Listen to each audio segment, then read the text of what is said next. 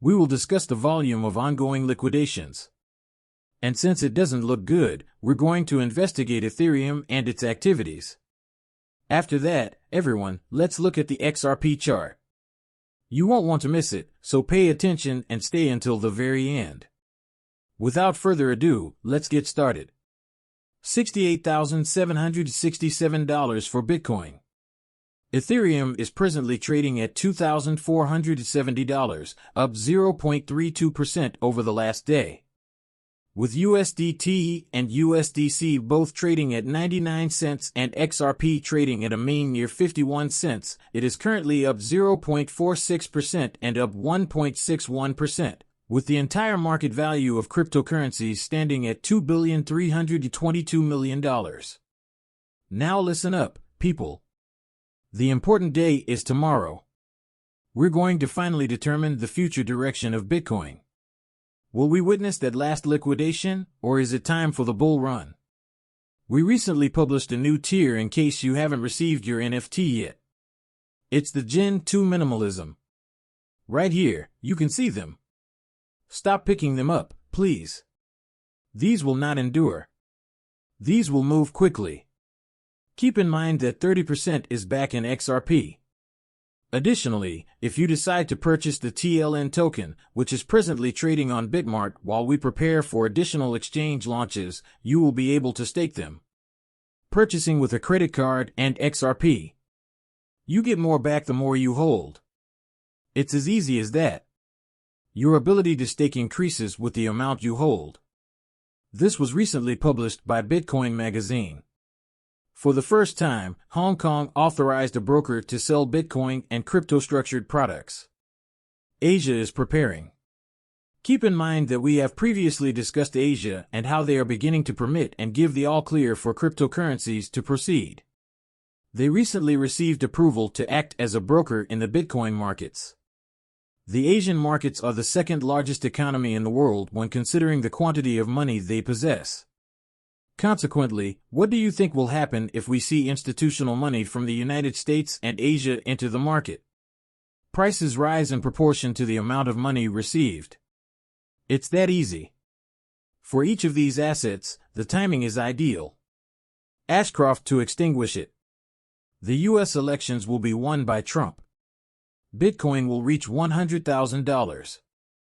In addition to breaking 5,000, ETH will pump 20 to 50 times. You're right on the money, but watch out for Ethereum because I want you to pay attention.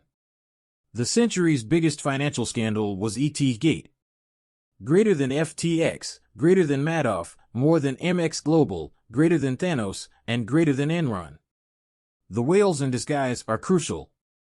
Pay attention. I stated that I would maintain an open mind. What they pay me doesn't matter to me. If they pay me, it doesn't matter to me. My goal is to learn as much as possible. I'd like to take a trip. And I'm grateful that the Ethereum Foundation allowed me to accomplish that. It was really enlightening. However, I thought, holy sh*t, what am I really doing here, after a year and 18 months? I'm giving Joe Lubin a lot of back rubs. Joe Lubin and the other Ethereum whales deserve all the admiration in the world. I simply don't want to do it. And the Forerunner was the main cause of that. Because at that time, the pre-mine had dispersed 70%, 7-0, of all the Ethereum that was in existence as of a few years prior. It's roughly 60% now. I take it that it has been somewhat diluted. I'm not sure where you draw, then. I'm not sure what the appropriate amount is. There won't be another Bitcoin. There will never be another flawless conception.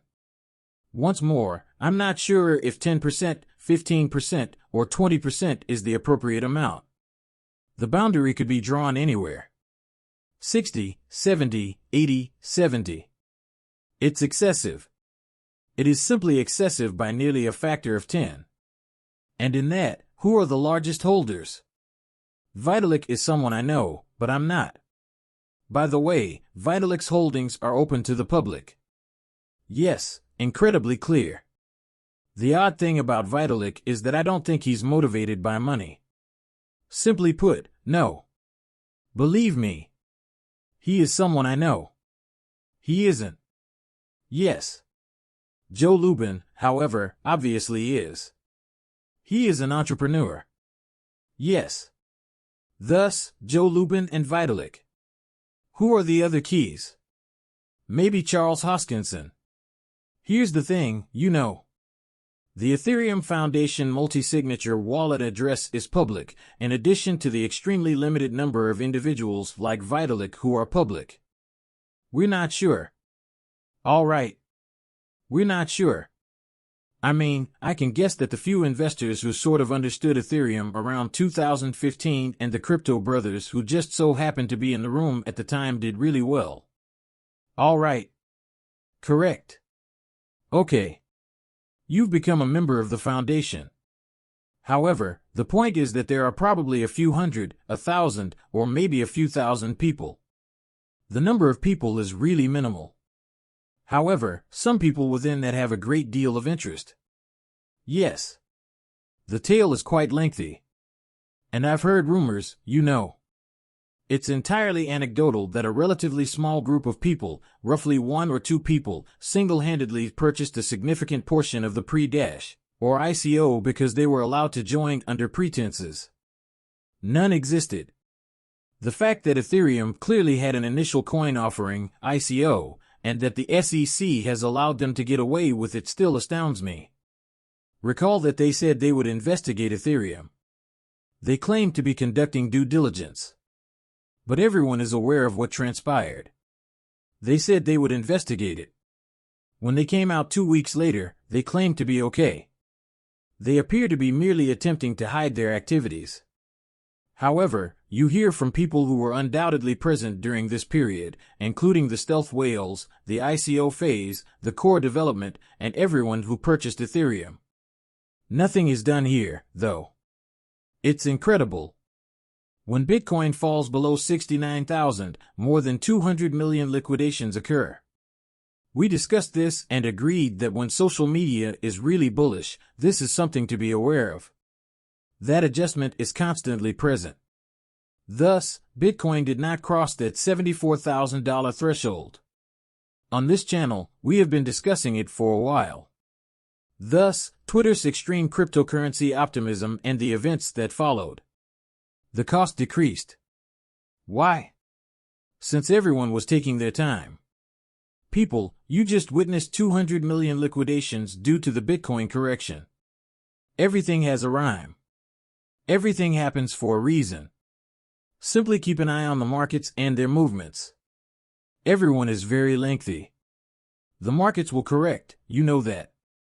This was extinguished by smoke. In fact, RippleNet is heavily dependent on XRP. RippleNet will always use XRP as a medium.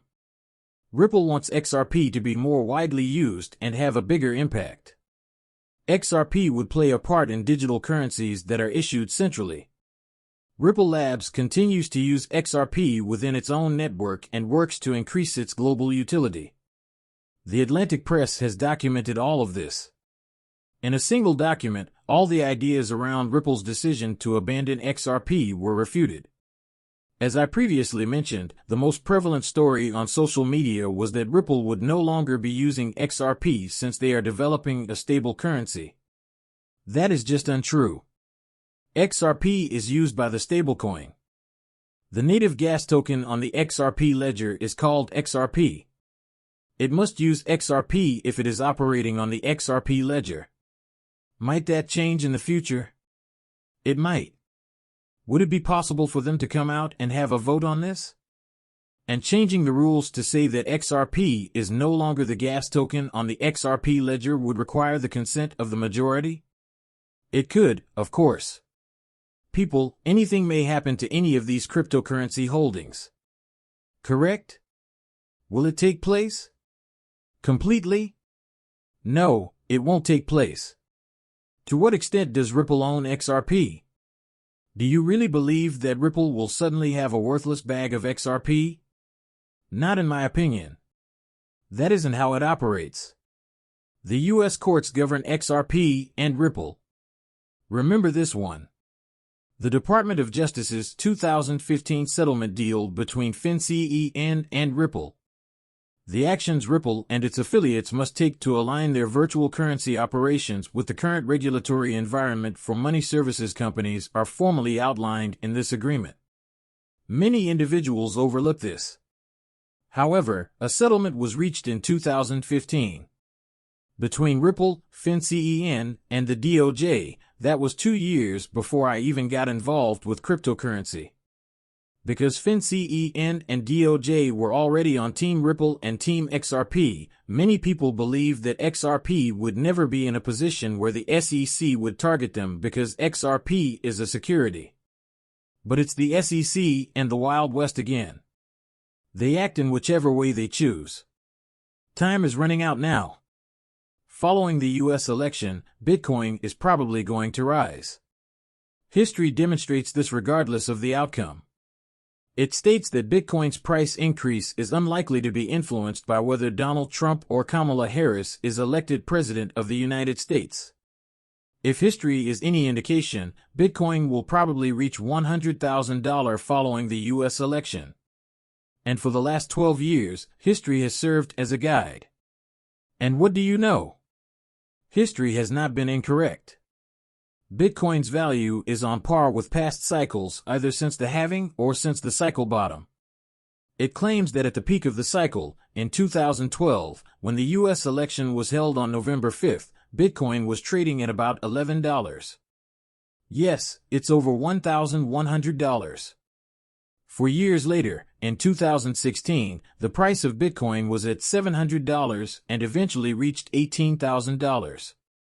Despite the ongoing pandemic, the price of Bitcoin increased by 478% in 2020. What does that mean for us, then? It's really easy. Bitcoin still has a long way to go. There is a lot of space for Bitcoin to expand. Tomorrow is one of the most important days, therefore, we will find out tomorrow. It is, in fact, the most important day. Everything in the U.S., including the economy and our future, depends on the outcome of the election. Because of their past performance, their policies and plans are quite obvious. Bitcoin will disappear. What is the maximum value of Bitcoin? All of that, however, is dependent upon a single factor. Who will prevail in tomorrow's U.S. election? People, time is running out. We have less than 24 hours to work this out. Trump wants the U.S. to lead and is pro-Bitcoin and pro-crypto. In 2025, that institutional capital will shift into the cryptocurrency markets if the U.S. takes the lead. These markets will see $7 to $10 trillion. But what do you know? Bitcoin will continue to rise even if something extraordinary occurs. All it will do is indicate how high this rally will be. Be mindful of the future.